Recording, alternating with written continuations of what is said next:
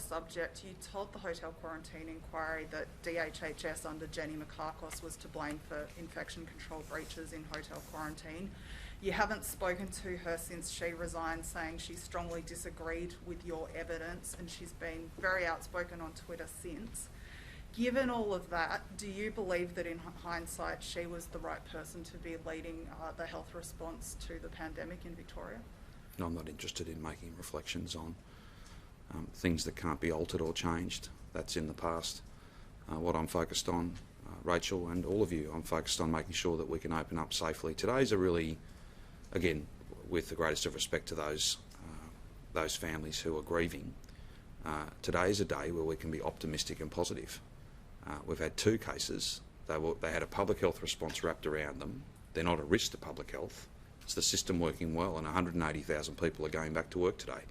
That's something we should be focused on, not these other matters that we can't change, and that I really do think ask me to unhelpfully speculate or be a commentator. I'm much more interested in getting on and getting things done, and today's a really positive day. A really positive day, and one that every Victorian should have a real sense of ownership of and a sense of pride in. We've come a very long way, and it's all down to every single Victorian. And super quickly, do we have a date for the budget yet? No, I'm not here to make an announcement about the budget. When we have that date locked in, the Treasurer will make that announcement, and then he'll deliver that budget on that day, and it will be a budget, the scale, size and nature of which has never been seen, because that's the nature of the challenge we face. These are unique circumstances. It'll be a budget about confidence and investment. It'll be a budget about jobs, but not just for their own sake. It'll be a budget about jobs, because jobs mean families can have safety and security for the weeks and the months and the years to come.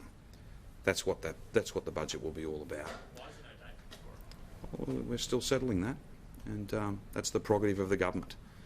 With winning elections, you have great responsibilities, but you also have opportunities as well, and we will make announcements when we are ready to do that.